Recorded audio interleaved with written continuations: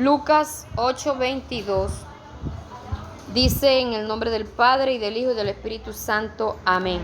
Aconteció un día que entró él en una barca con sus discípulos y les dijo: pasemos al otro lado, y partieron. Pueden sentarse, mis amados. Pasemos al otro lado. Esta es una palabra que a mí el Señor me la dio hace un poco de años. Así esa frase: pasemos al otro lado. Yo comencé a meditar durante estos años qué significa pasar al otro lado. Y cuando uno pasa al otro lado, uno deja atrás el pasado. Uno deja atrás muchas cosas, las deja atrás. Hay otras que se las lleva. Pero es un cambio total, un cambio radical. Y también saber que el vehículo o el instrumento en el cual uno, o más que todo vehículo, que uno utiliza para pasar al otro lado, es algo que es pasajero, que es momentáneo. Porque, por ejemplo, ellos pasaron al otro lado en una barca y no se iban a quedar ahí todo el resto de su vida montados en una barca. Nosotros cogemos, por así decirlo, un vehículo para trasladarnos a otra parte porque vamos a pasar al otro lado y usted no se va a quedar montado en ese vehículo siempre. Si usted va a utilizar sus pies para cruzar al otro lado, usted no se va a pasar toda la vida caminando. Simplemente tiene que ponerse en movimiento, sea a pie o sea en el carrito enando. Amén. Pero pasar al otro lado, eso me indica que muchas veces nosotros estamos en una zona de confort, cómodos en la situación, en la condición en la que nosotros estamos.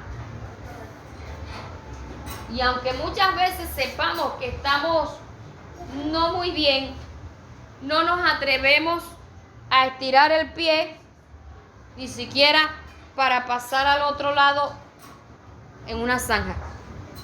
Y mucho menos cuando toca pasar al otro lado porque hay un lago, porque hay un highway, porque hay un mar, porque hay un cerro, porque hay un brazo de río, un trazo de trayecto, en fin, tantas cosas que podría decirse tiene un costo. Se nos remueve todo. Yo me acuerdo cuando nos íbamos a mudar, decía Yerly: el día que nos mudemos de aquí yo no voy a extrañar esta casa. Y hace unos días dijo: extraño mi casa. Y yo: sí. El baño. Pero hay muchas cosas que de pronto uno extraña, ¿verdad? Pero ¿por qué muchas veces las extraña uno? Porque uno no es desagradecido. Y de todos modos, donde uno estuvo, algo tuvo, ¿verdad? Algo aprendió. Experiencias que uno vivió. Exactamente. Pero cada vez que uno hace cambios, muchas veces cuesta. Muchas veces le toca a uno pagar un precio. Muchas veces se le revuelve todo porque hay que desacomodarnos de allá de donde nosotros estábamos para poder comenzar a trasladarnos hacia el sitio donde debemos llegar. Y todo eso genera inconvenientes, genera esfuerzo, genera cansancio.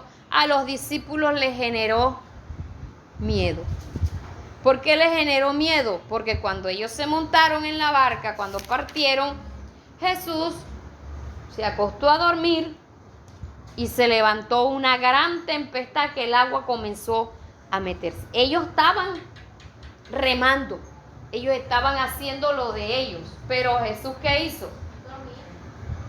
Pero no se quedó durmiendo por irresponsable, Se quedó durmiendo, mire, vea, analizando el comportamiento de cada uno de ellos. Cómo se iban a comportar, qué era lo que iban a hacer, qué era lo que iban a decir. Porque allá del otro lado les esperaba algo distinto, pero no eran capaces de soportar la prueba por la cual ellos estaban pasando. No tuvieron la fe suficiente para comportarse adecuadamente sabiendo con quién iban. Es más, por acá en Marcos, ¿de qué está aquí Marcos 4, 30 y 38. Dice, y él estaba en la popa durmiendo sobre un cabezal, y le despertaron y le dijeron, Maestro, ¿no tienes cuidado que perecemos? Mire que eso no lo detalla aquí Lucas, sino que nada más dice que le despertaron. Pero ¿de qué manera le despertaron? ¿De qué manera clamaron para que él se levantara en su ayuda? Groseramente. Reclamando.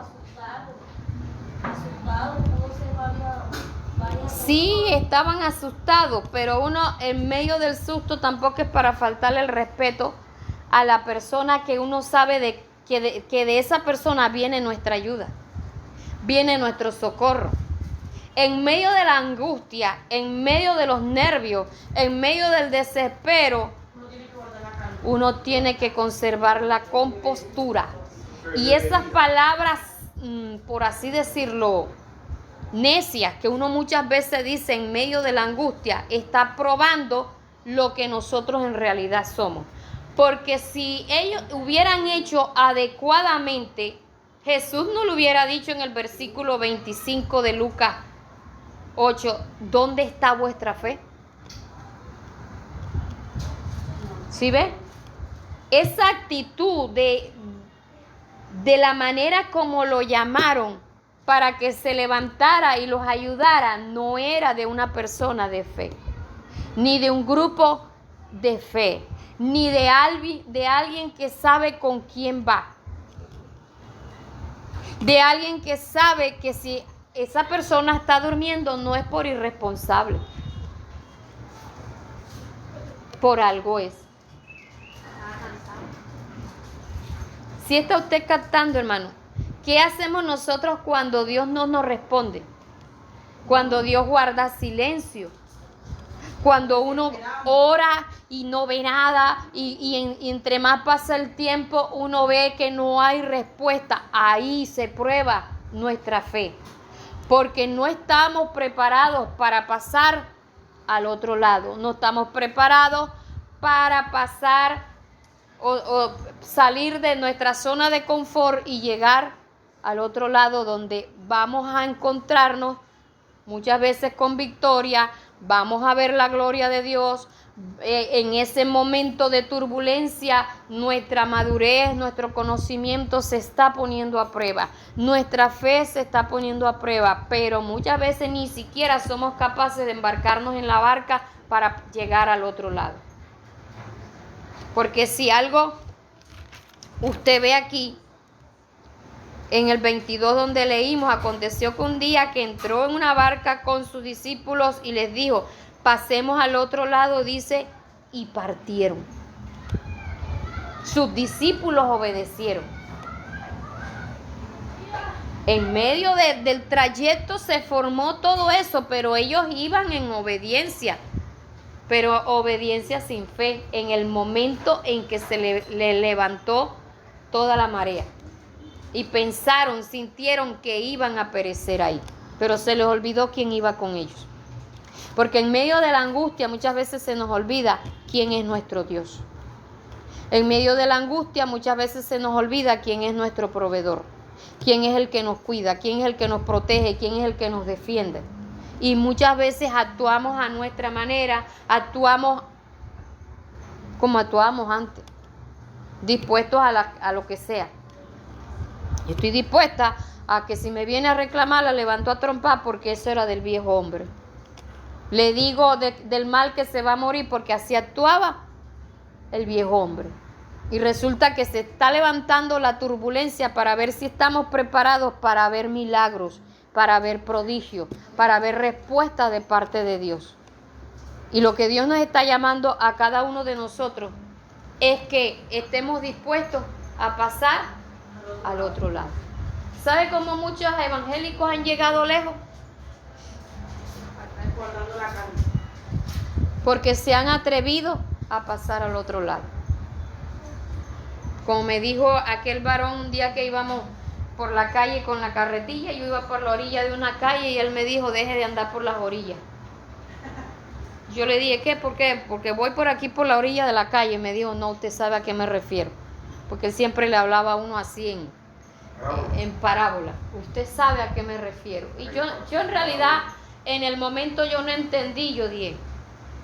Pero cuando él me dijo, usted sabe a qué me refiero, hermano, yo le tenía un pánico al dichoso micrófono ese. Y el pastor Gabriel tenía la costumbre que cuando uno medio se acercaba a la carretilla, cuando uno veía el micrófono prácticamente en la boca, coja, hable usted. Eso para mí era tenaz. Yo le dije a la hermana Génesis antes de pasar acá, yo dije 2 cosas que a mí no me gusta hacer: dirigir culto de oración y mensaje evangelístico. Eso sí me pone a mí, hermano, eso es... Pero no me gusta. Lo hago por obediencia. Pero dar un mensaje evangelístico, porque es que eso no es mi fuerte. Dirigir un culto de oración tampoco es mi fuerte. No me siento como que estoy nadando como pez en el agua. Tengo otras cosas en las que me siento cómoda, como cantando, cerrando los ojos, no viendo la cara a ninguno y cantándole al Señor. Eso para mí, que pase toda la noche aquí cantándole a Dios. Pero predicando un mensaje evangelístico no, porque es que yo no soy evangelista. Entonces para mí eso era difícil y me tocó enfrentar. Y me tocó utilizar estrategias. ¿Sabe qué hacía yo, hermano? Anotaba en una hoja grande lo que iba a decir. Y ahí me fui soltando hasta que ya después no necesité anotar en hojas, sino que ya decía lo que el Señor me traía en la mente. Pero los miedos, las inseguridades, los temores, la falta de confianza en uno mismo, la desobediencia, nos impide muchas veces pasar al otro lado. Ellos no hubieran sabido que el Señor calmaba la tempestad con una sola palabra si no se hubieran embarcado en esa barca. Si no se hubieran montado ahí, no hubieran visto la gloria de Dios. Entonces, ¿cómo nosotros podemos llegar a ver la gloria de Dios si no queremos salir de nuestra zona de confort? No, yo estoy bien. Haciendo hasta aquí, orando hasta aquí, ayunando hasta aquí, yo estoy bien. Porque es que me han dicho que cuando uno se mete más con Dios, el enemigo lo ataca.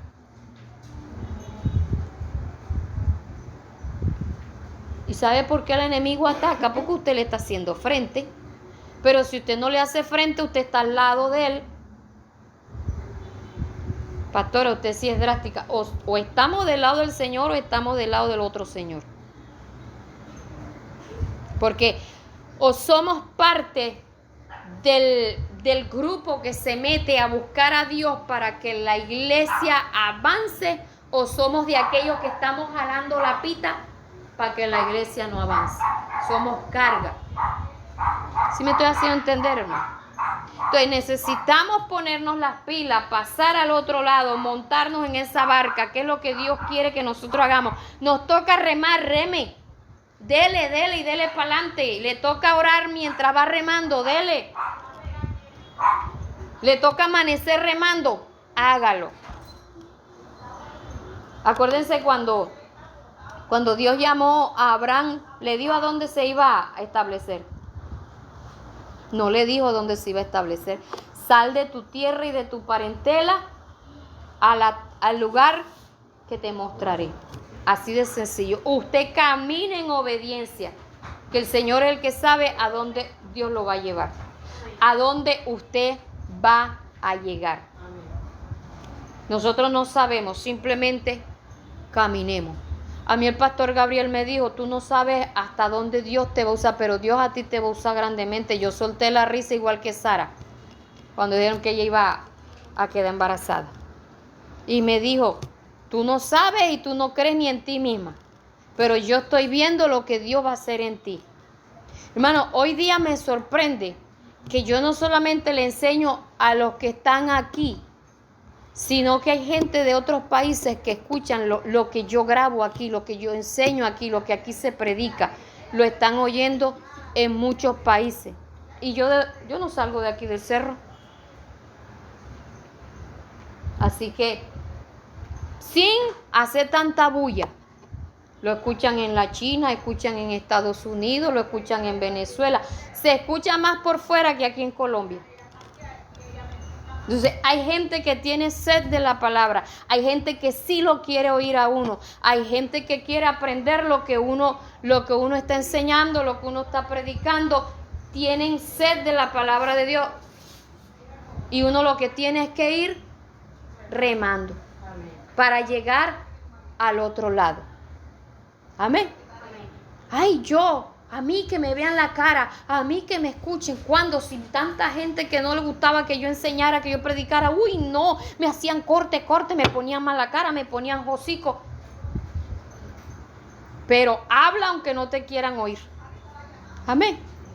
Entonces, el deber de la atalaya es decir lo que Dios quiere que nosotros digamos. Nos escuchen o no nos quieran escuchar. Pero hay un pueblo que sí está esperándolo a usted y a mí, porque usted y yo tenemos una palabra que ellos quieren oír. Simplemente debemos estar dispuestos a pasar al otro lado. Entonces, ¿cuál es la invitación de hoy? Pasar al otro lado. Ya usted verá si acepta la invitación y se monta en la barca y le dice, Señor, aquí estoy, ¿a dónde me quieres llevar? Sé que se va a levantar el enemigo, sé que voy a haber turbulencias, pero estoy dispuesto a lo que sea porque voy contigo y sé que no me vas a dejar perecer. Amén. Porque no seremos avergonzados ni confundidos jamás los que esperamos en Dios. Así usted lo traten de loco, de flojo, de aragán, de lo que sea, usted vaya encaminándose a la voluntad de Dios y usted va a poder ver la gloria de Dios. Y todo lo que a usted le suceda va a ser testimonio de muchas cosas que usted va a poder ver en medio de toda esa turbulencia. Vamos a estar de pie.